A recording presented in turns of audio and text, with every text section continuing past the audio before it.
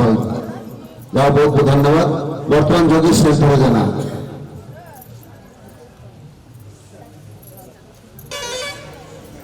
प्रिय आत्मा सप्रेम जय जी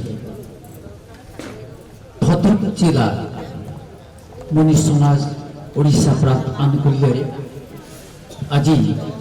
जो वार्षिक अधिवेशन पालित द्वितीय दिवस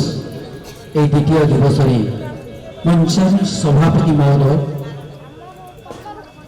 एवं मंचासीन अतिथि बंधुगण सर्वोपरि मो सामने प्रदर्शन करिथिबा आबाल वृद्ध बनी समस्त को अंतरर गभीरतम प्रदेश अनेक अनेक अनेक जय जी जय जी जय जी। आज आम जो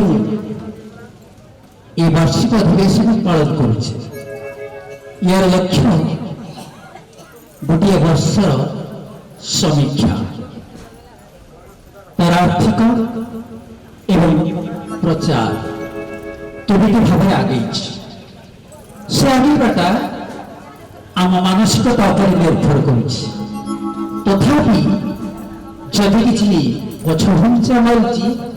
से बोध हुए ये समाज बुद्धिजीवी मान उदासीनता एवं आमर दुर्बल मनस्तत्व संपूर्ण भाव दायी कहले अत्युक्ति हेबनी। तबे आज दिन में जो खुला मंच एथिरे क्रियात्मक जोगर किछि दिया जाए ना सूचना रहे ना केवल जोगर जो अष्टांग कथा वर्णित अच्छी तारी ऊपर सम्यक सूचना समस्त मिलता है अनेक आलोचना पर्यालोचना भितर समालोचना भितर